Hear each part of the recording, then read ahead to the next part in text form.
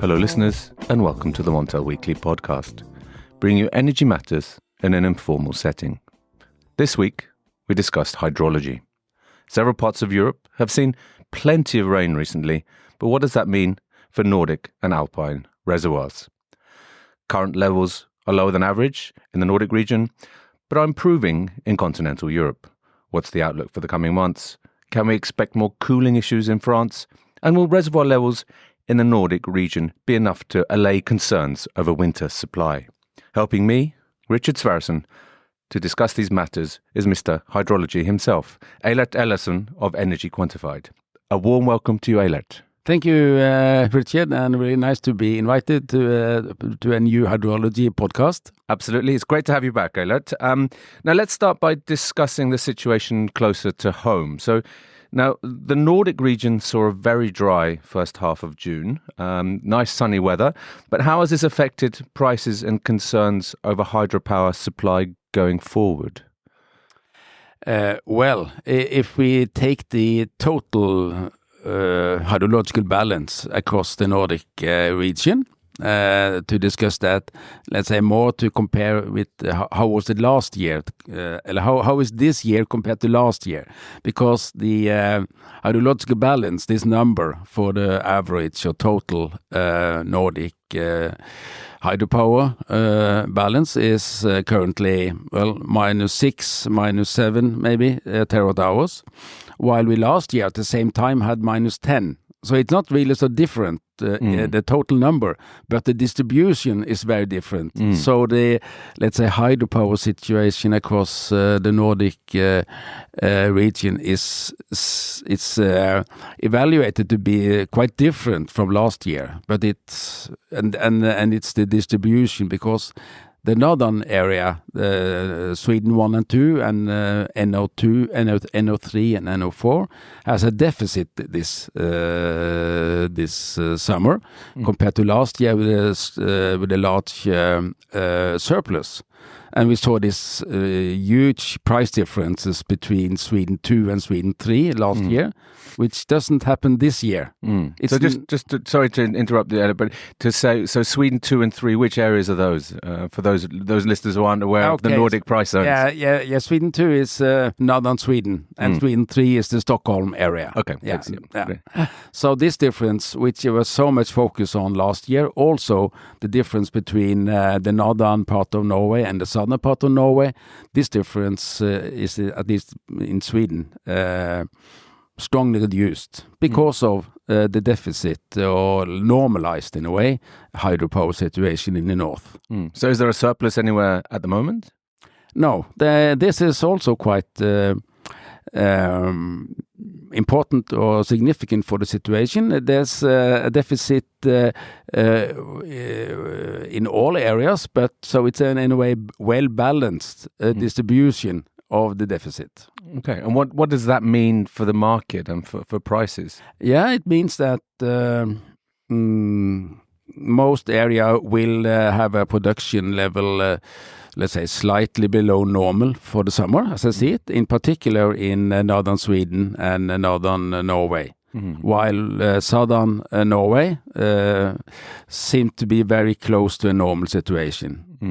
So I think, for example, export conditions, power flow towards Germany and UK, which has been so strongly discussed from southern Norway, will take place without any, let's say, large deviation from the normal reservoir curve, at least now for the next month, as I see it. So if I understand you correctly, Eylert, you say power will still flow from Norway to Germany and to the UK. And of course, prices are lower in NO2, but as I see it, the let's say reservoir balance will not be so deviating from the normal curve, despite these export volumes to Germany and UK, because you also have power flow towards Denmark and Netherlands and Sweden 3. So And this is quite interesting if you look at the reservoir curve in southern Norway this winter, or since New Year, it has followed the normal curve very close. Then the last month with a delayed snowmelt, it deviated somewhat, but now it's very close to normal again. So despite these export conditions that are so focused in the press, I think the Norwegian hydropower producer has in a way learned a lesson how to behave with the extended export conditions. So do you expect a kind of more similar scrutiny of exports out of Norway and you mentioned the press, the media, or politicians?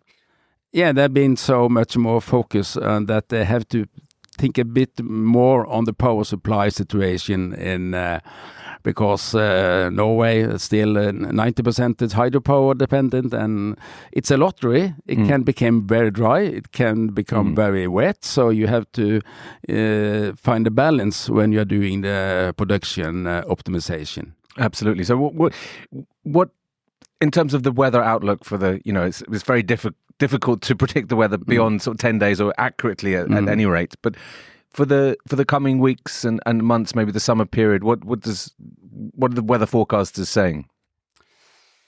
I think I haven't studied the seasonal outlook so closely, but I think in general we will get the situation now during the summer where if you think of those region, Nordpol North, Sweden North and Norway North, we'll see a reservoir curve that will be somewhat below normal because there is a hydrological deficit at the moment, while in southern Norway, I think the reservoir curve will be very close to the normal curve, as I see it. So kind of a normal quite normalized situation there. So no drama. No, and particularly the difference from last year when we had a very strong surplus in the north and the strong price differences between southern and northern areas across Nordpol. So we'll see. I expect then a situation this summer with more moderate price differences compared to last year. This is a huge change in the situation.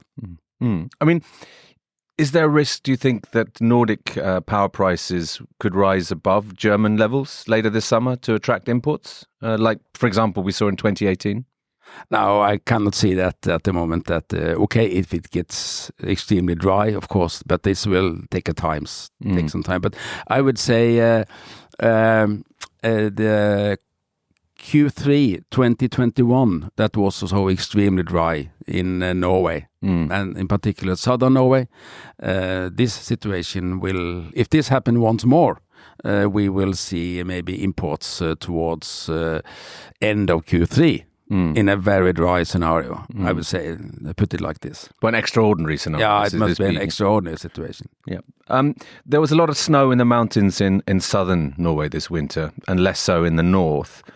But spot prices remain much lower in the north, particularly in Norway. How long do you think this would continue?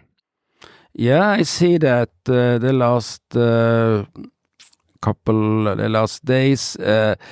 A bit strange when you have this huge price difference NO3 SA2. That means that the prices in northern Norway are much lower than in northern Sweden. I think it has something to do with some transmission outages.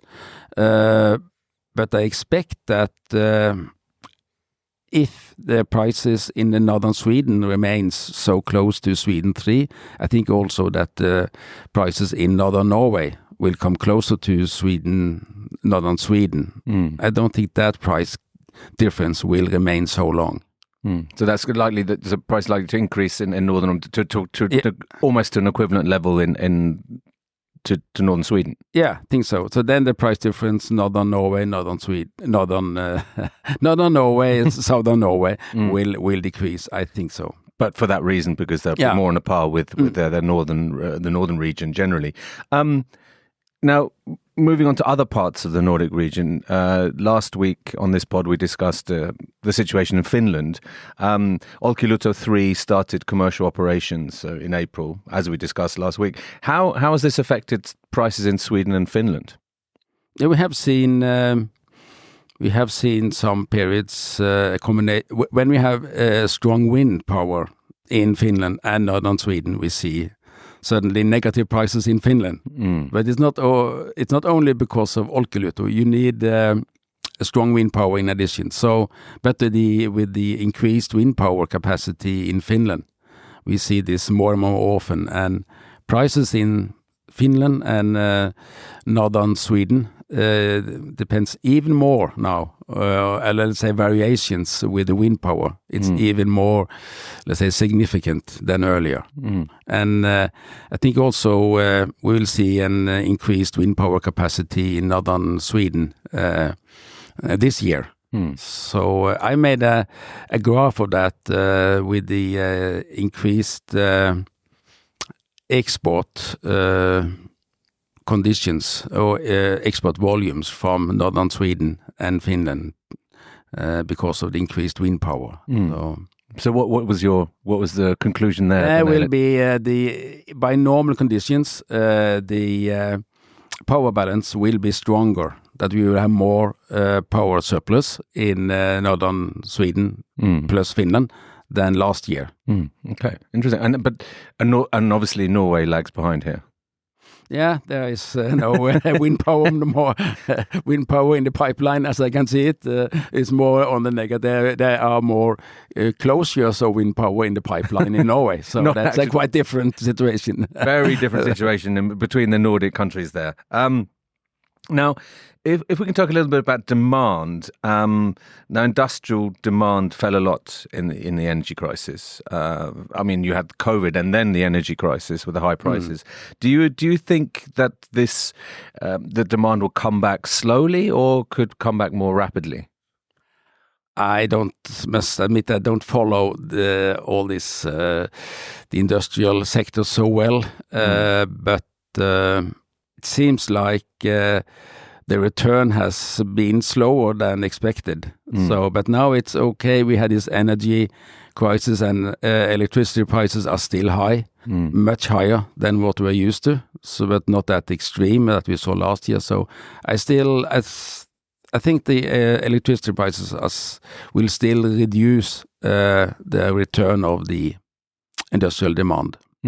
Yeah, so that would it'll be a slow return. Yeah, I think so. So no, I mean, there's no sort of return to pre-COVID times as you see it, Eylert, in terms of. No, I don't think so, and that's also we can see that the power balance in the Nordic region this year, if it had been normal hydropower and normal consumption by what we have seen now, the surplus is around 60 terawatt hours, partly because of the reduced demand. And this surplus, I made this long-term view a couple of months ago, and this surplus will be slowly reduced in the years to come because of increased demand.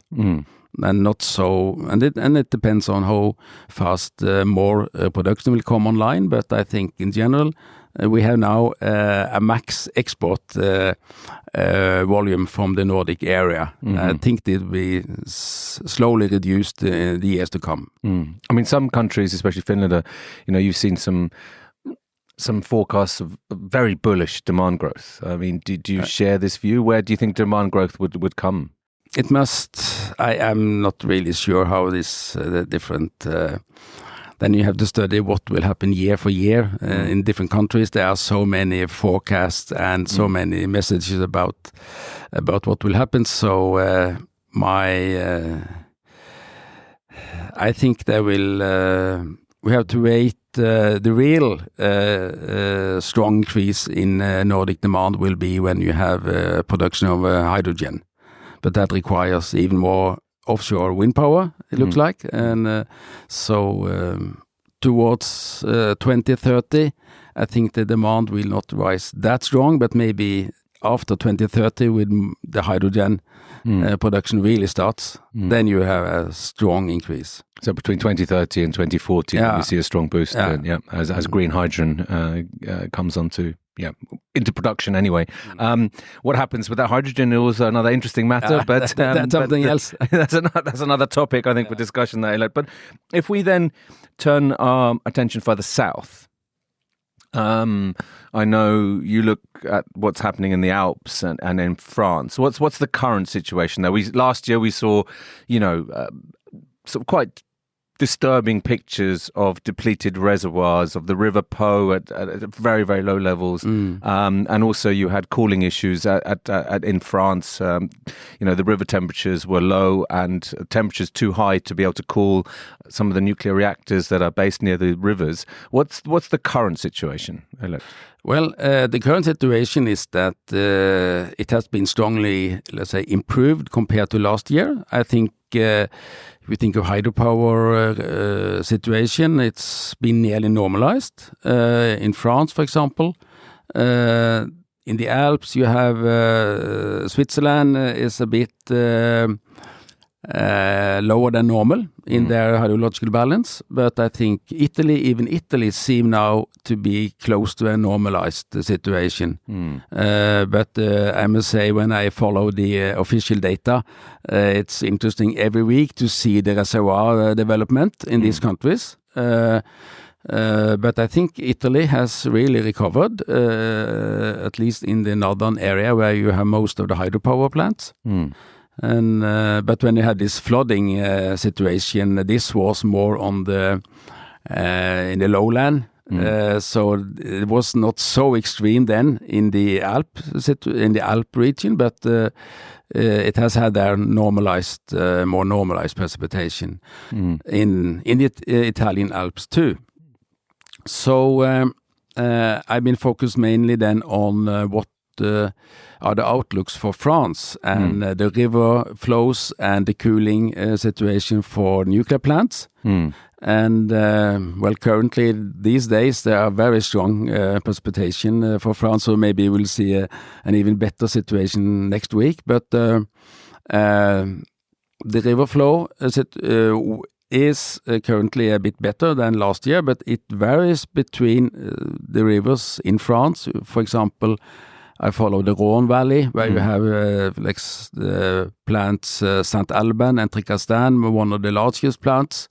The river flow there is higher than last year. Okay. And then the outlooks then for July seem to be still a hot summer warning. It's maybe 2 degrees above normal, nearly as last July, but there are forecasted more rainfall.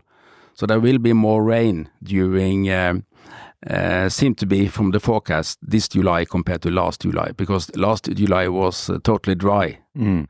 So then it became so extreme. And then August, where you had so much reduction of nuclear plants.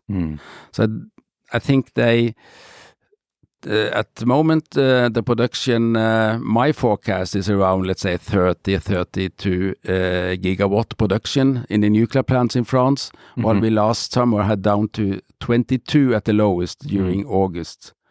So I think... So that's almost 50% increase in availability, you think, due to the weather conditions? Yeah, I think currently the outlooks are not that bad. That's my, let's say, conclusion. It's still a hot summer forecast, but more precipitation and river flows seem to be on a higher level. And at least the hydro reservoirs are much higher, in particular in France then. And this is due to the increased rainfall that we've seen in current weeks and the forecast of more precipitation in the weeks to come. And I think also saving of water in the reservoir for the winter. So they have to make sure that they have, let's say, full reservoirs when it comes to the winter. I think that means more it's more important now than it was before the energy crisis. Yeah, absolutely. Because the nuclear availability in France is obviously a massive driver, not only for French prices, but the whole of the region. Yeah, and so the market participants and from all over the continent and beyond are looking at what's happening in France. So there will be some relief to hear that July and August will not be of the July and August 2022 will not be repeated.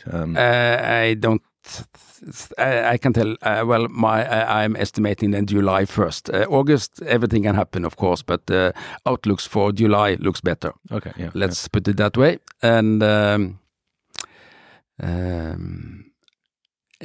think this is something I've been following so closely in every this weekly webinar. So you have your weekly webinar. Yeah, and I always show this curve for the river flow in some rivers in France because, but there are some rivers in the northern area towards Belgium. They are on Chaux and Cattenom nukes. Their flows there are quite low. Mm-hmm. So in the Rhone Valley, a bit better, but still some regions are very low. As I told you, Cattenom and Chaux, they seem to be facing a difficult summer. Okay, so you got Saint-Aubin and Trégastan that seem to be okay, but the ones in the north could face some issues. Yeah, seems like. Chaux and Cattenom, was it? Cattenom. Yeah. Mm-hmm. Interesting. And it's interesting also that in the Nordic region, I know earlier this week there were instances of very warm seawater affecting cooling issues as well. Is this something that could crop up more and more, Eylert?